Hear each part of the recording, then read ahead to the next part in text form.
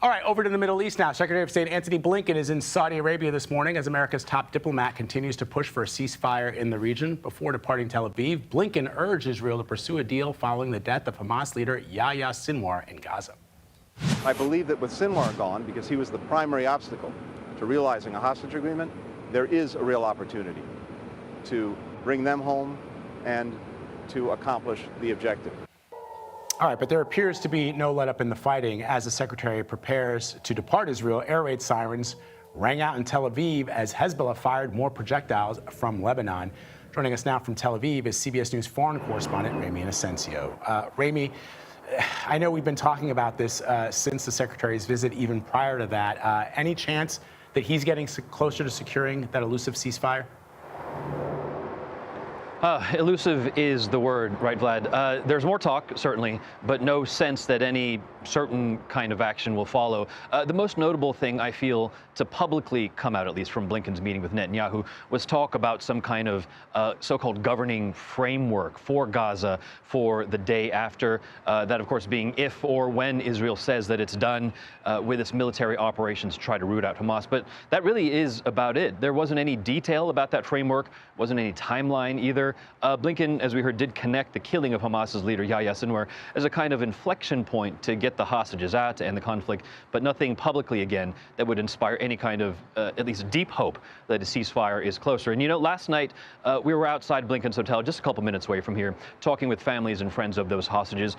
The words they told me were not words of hope. They were desperate, they said. That was one word. Cynical was another word. But the only thing they said that they could keep doing was to raise their voices to try to get someone, either in Israel or more especially, actually, in Washington, to do something. So, Ramy, the fighting is continuing even at this very moment right now. Have you heard air raid sirens going off even as you waited for this live shot?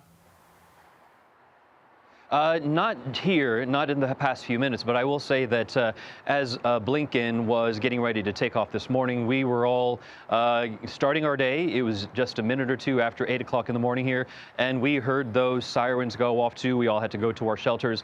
Those did turn off after several minutes, and then we understand that Blinken went on his way. We went about our business. But this was the second time in 2 days, at least here in Tel Aviv, that we got these air raid sirens. But of course, this is all relative to what's been happening with Israel's offensive both in Gaza as well as with Hezbollah in Lebanon. The big headline right now over the course of today is what's been happening in southern Lebanon. Multiple airstrikes there. Lebanon's southern port of Tyre getting the most attention. Hit for the first time in this war. The city had a population of about 200,000 people, from what we understand, but a majority reportedly have fled.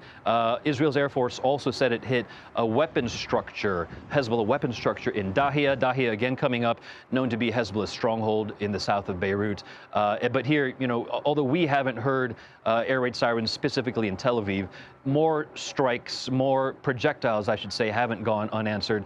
The IDF says that it tracked about a couple dozen projectiles crossing over from Lebanon over the course of today. All right, Ramy Inocencio reporting live from Tel Aviv for us this morning. Ramy, thank you very much.